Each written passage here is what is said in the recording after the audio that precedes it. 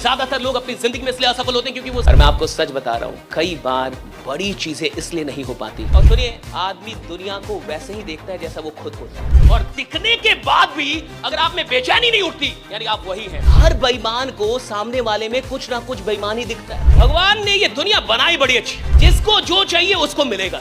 अंदर में आग होनी चाहिए, जिसके अंदर में आग है वो जिंदा है। और अंदर की आग का क्या मतलब है? अंदर की आग का एक ही मतलब है, सुनिए, आप जैसे हैं, ये बात सत्य है कि आपकी दुनिया बिल्कुल वैसी ही रहती है।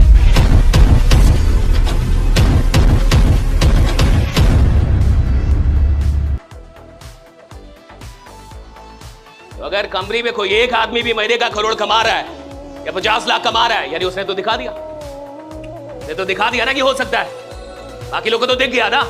और दिखने के बाद भी अगर आप में बेचैनी नहीं उठती, यानी आप वही हैं, बीपीएल वाले। निश्चित है, मानिए मेरी बात,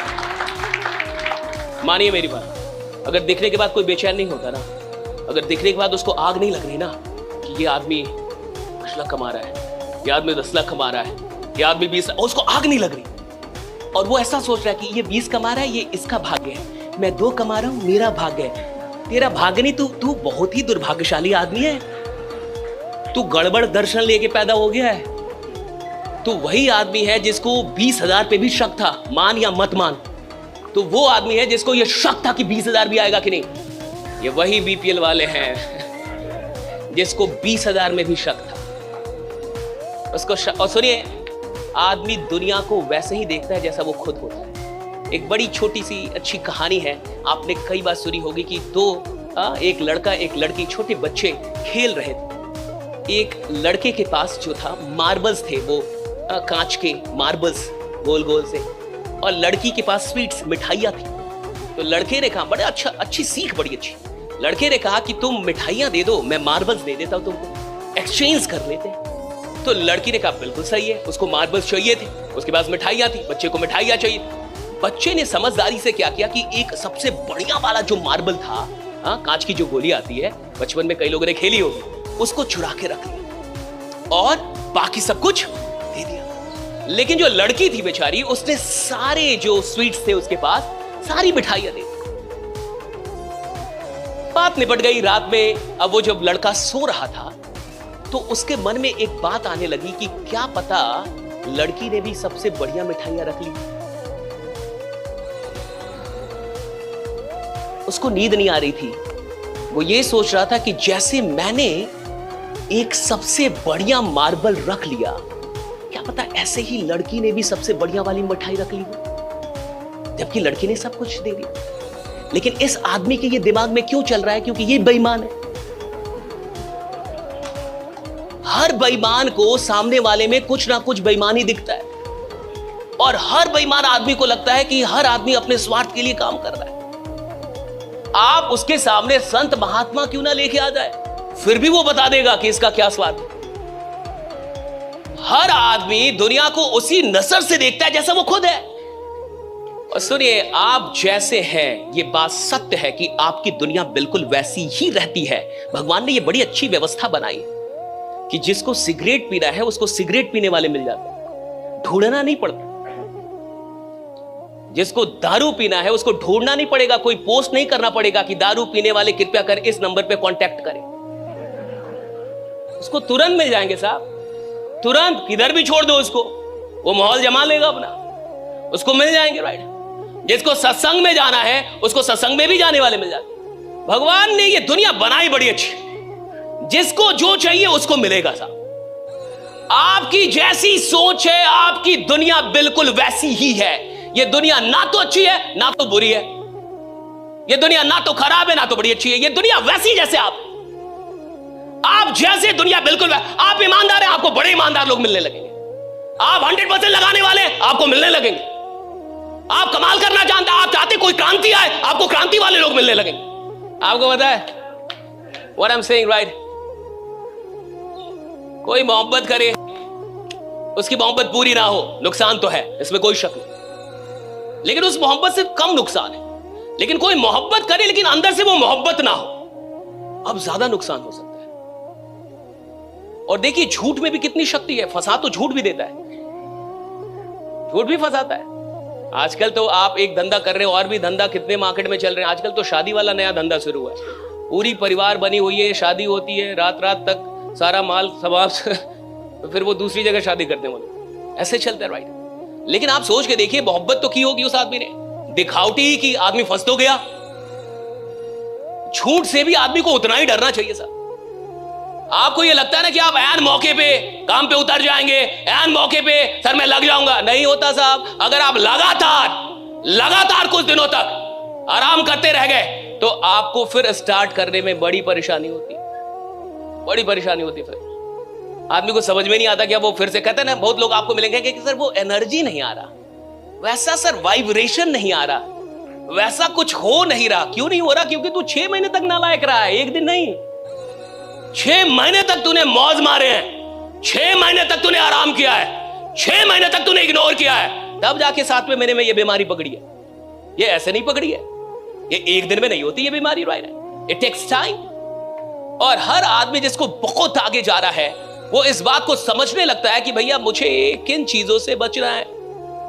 मैं चाहता हूं कि हम और आप 2025 को सच में बहुत खतरनाक बनाए। देखिए, इस पूरे सेशन का नाम है इग्नाइट द फायर विदिन।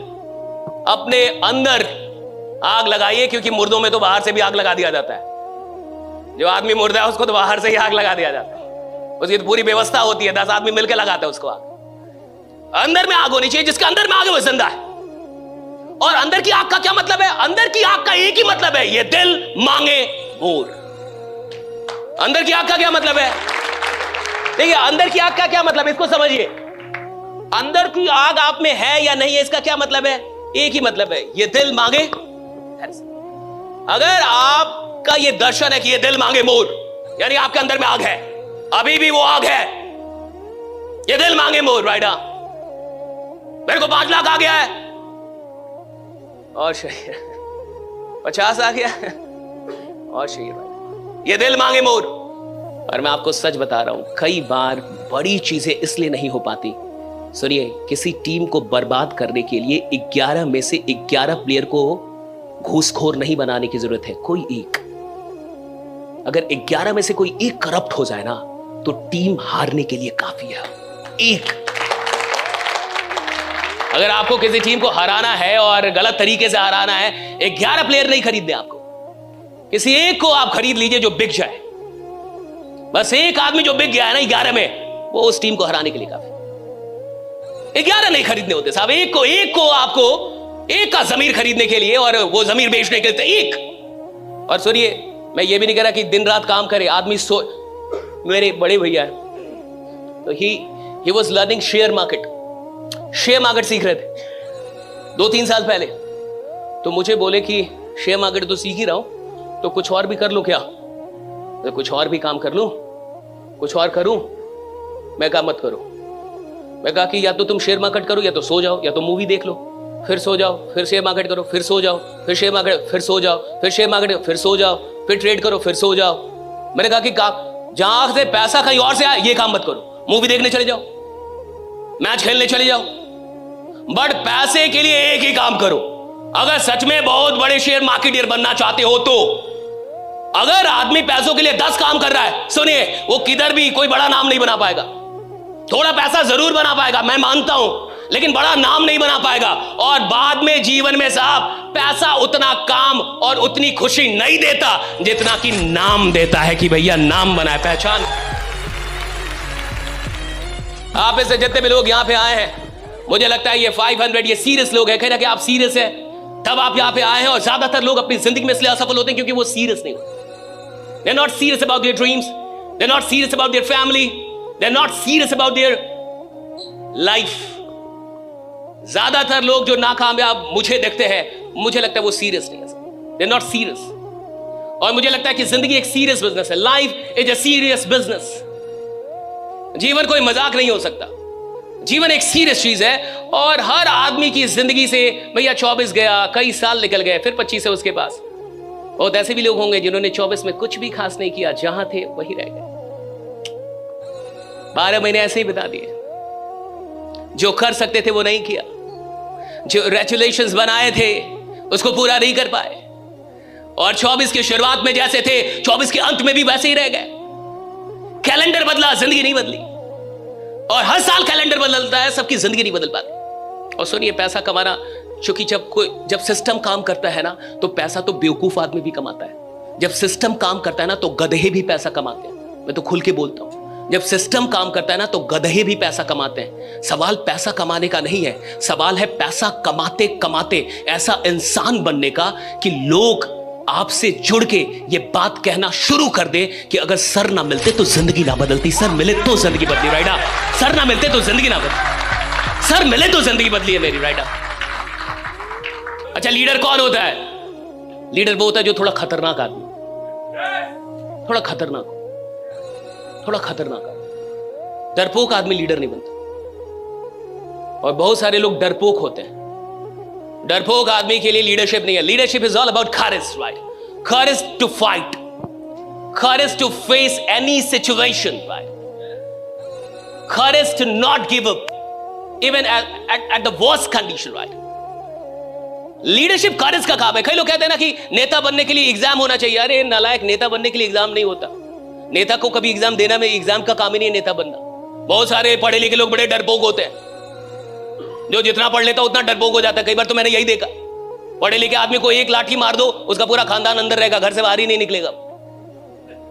और लीडर बनने का मतलब होता है लड़ना, लोगों के लिए फाइट करना, पुलिस की लाठी खाना। जो पुलिस की लाठी नहीं खाएगा लीडर नहीं बन सकता। वो लाठी खाता है साहब, लोगों के लिए लड़ता है, लाठी खाता है और जान के जाता है कि लाठी पड़ेगी। उसको पता है लाठी पड़ेगी, वो लाठी खाने के लिए तैयार है, दर्द बर्दाश्त करने के लिए तैयार है। पढ़े लिखे लोग डरपोक होते हैं, उतना दर्द बर्दाश्त करने के लिए तैयार नहीं है। पढ़ा लिखा आदमी कंफर्ट में रहना चाहता है, उससे तो काम करने का दर्द बर्दाश्त नहीं हो रहा, लाठी का कहां से होगा? सुबह जगने का दर्द बर्दाश्त नहीं हो रहा, घर छोड़ने का दर्द बर्दाश्त नहीं हो रहा, फील्ड में जाने का दर्द, वो लाठी का। भाई leadership is all about fighting for, लोगों के लिए लड़ जाने वाला आदमी, माथा फोड़ वाले। खून गिर रहा हो लेकिन बाप बाप ना करे, खून गिर रहा और मां बांध रहा इधर, और चल रहा है इनकलाब, चल रहा है, राइट? हाँ, दो लीडर पैदा होते हैं। लोग कहते पढ़ाई, पढ़ाई का मसला ही नहीं है लीडर बनना। भाई पढ़ा लिखा आदमी, बहुत पढ़ा लिखा आदमी जिले का मालिक बनता है, जिले का, क्योंकि वो सोचता है मेरे को जिले का मालिक, डीएम बनता है। डीएम 17 घंटे पढ़ के 18 घंटे।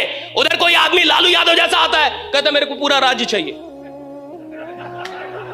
जिला समझ में नहीं आता, I want the whole state, मेरे स्टेट चाहिए पूरा, दे दो।